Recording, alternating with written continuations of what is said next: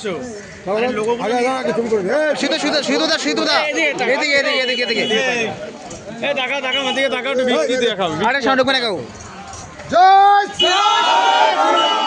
भारत माता की भारत माता की সুদীপ্ত দাস জিন্দাবাদ বীজপুরের ভূমিপুত্র সুদীপ্ত দাস জিন্দাবাদ সুদীপ্ত তুমি এগিয়ে চলো আমরা তোমার সাথে আছি সুদীপ্ত দাস জিন্দাবাদ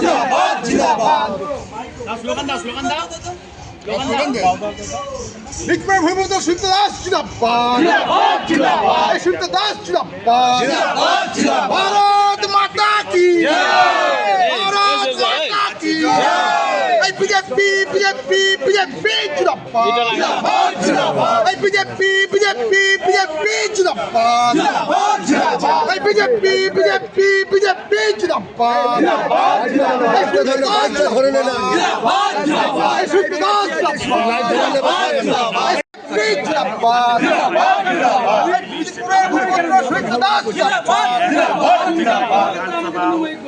ये जो प्रत्याशी है उसकी घोषणा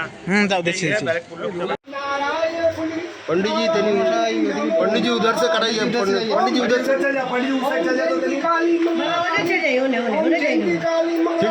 भद्रकाली कपाली क्षमा शिवा धात्री सदा शिवाय जयते हम देवी चमन विधायक के रूप में चुना गया आपका पूर्ण स्वीकार चाहिए आज हमारी मंगलमयी है सेवा उससे स्वीकार करें ओम অবসান হলো, জল্পনার অবসান হলো। বীজপুরের মানুষকে কি বলবেন? দেখুন, বীজপুরের মানুষই সেই মানুষ, তাদের কাছে আমি কৃতজ্ঞতা জানাই, কারণ বীজপুরের মানুষ শক্তি দিয়েছে আমাকে এই কঠিন সময়ে ভেঙে না পড়তে। আমি কৃতজ্ঞতা জানাই বীজপুরের মানুষকে। একটা ভয়ঙ্কর কঠিন সময় গেছে আমার জীবনে, উত্তাল সময়, যখন আমার জীবন লণ্ডভণ্ড হয়ে যাওয়ার কথা ছিল। সেই সময় আমার প্রতি মুহূর্তে মনে হয়েছে যে বীজপুরের মানুষ মানসিকভাবে আমার সঙ্গে আছে। সুতরাং আজকের দিনে আমি কৃতজ্ঞতা জানাই বীজপুরের মানুষকে। আজকে এটা যে অর্জন আমি প্রার্থী হতে পেরেছি তার কৃতিত্ব বীজপুরের মানুষকে, কারণ তারা এতদিন এই কঠিন সময়ে আমাকে দৃঢ় রাখতে পেরেছে। আমি কৃতজ্ঞতা জানাই আমাদের ভারতীয় জনতা পার্টিকে, আমার মতন একজন সাধারণ কর্মীকে তারা মানুষের সেবা করার সুযোগ দিয়েছে। আমি কৃতজ্ঞতা জানাই আমাদের বিধায়ক, আমি কৃতজ্ঞতা জানাই আমাদের নেতা প্রাক্তন সাংসদ অর্জুন সিংকে, যিনি একটা উত্তাল সময়ের ঢাল হয়ে আমার পাশে দাঁড়িয়েছে।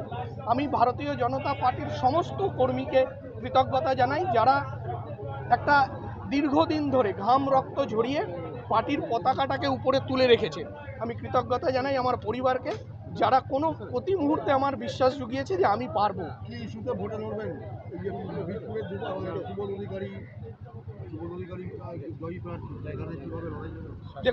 দেখুন, লড়াই তো কোনো নেতার বিরুদ্ধে নয়, লড়াই নীতির বিরুদ্ধে। সারা বাংলা জুড়ে এক ভয়ঙ্কর অরাজকতা চলছে।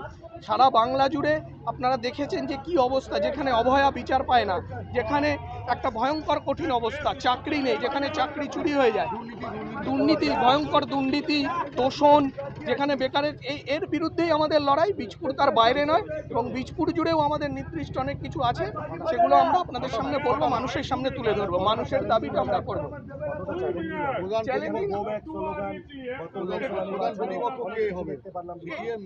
এইটাই তৃণমূলের সংস্কৃতি। এই সংস্কৃতির বিরুদ্ধে মানুষ চ্যালেঞ্জ নিয়েছে, মানুষ চ্যালেঞ্জ নিচ্ছে, মানুষকে সঙ্গে নিয়ে মানুষই এর মোকাবিলা করবে। একদম বীজপুর পাল্টে যাবে, কাল থেকে দেখতে পারবেন, আজ থেকে দেখতে পারবেন। প্রচারে কবে নামবেন? প্রচারে নেমে গেছি, সারাদিন আমরা মানুষের মধ্যেই থাকি, প্রতি মুহূর্তে। পরীক্ষা তবু শেষ, পরীক্ষার আগে আরেকবার বইটাকে একটু ঝালিয়ে নেওয়ার, মানুষের দরজায় যাওয়া শুরু করে দেবো। বিজেপি স্লোগান পাল্টানো দরকার, বীজপুরের ক্ষেত্রে কি পাল্টাবে? বীজপুরে চরম একটা অরাজকতা, শ্মশানের শান্তি। বীজপুরের মানুষ একটা কিচ্ছু বলতে পারে না মন খুলে। বীজপুরের সাংবাদিকরা অবধি সরকার পক্ষের বিরোধী কোনো কথা বলতে পারে না। বীজপুরে ঠিক আছে জুলুমবাজি আছে, ভয়ঙ্কর জুলুমবাজি। সাংবাদিকদের স্বাধীনতা নেই, সাধারণ মানুষের স্বাধীনতা নেই। এই স্বাধীনতা আনার লড়াই, এবং সাথে আরও অনেক কাজ আছে বীজপুরে যেগুলো হয়নি। সাধক রামপ্রসাদ সেনের হালিশহর, কবি ঈশ্বর গুপ্তের কাঁচরাপাড়া বা কাঁচরাপাড়ার সংস্কৃতিকে ফিরিয়ে আনার লড়াই। তো এই সবের বিরুদ্ধে লড়াই চলবে।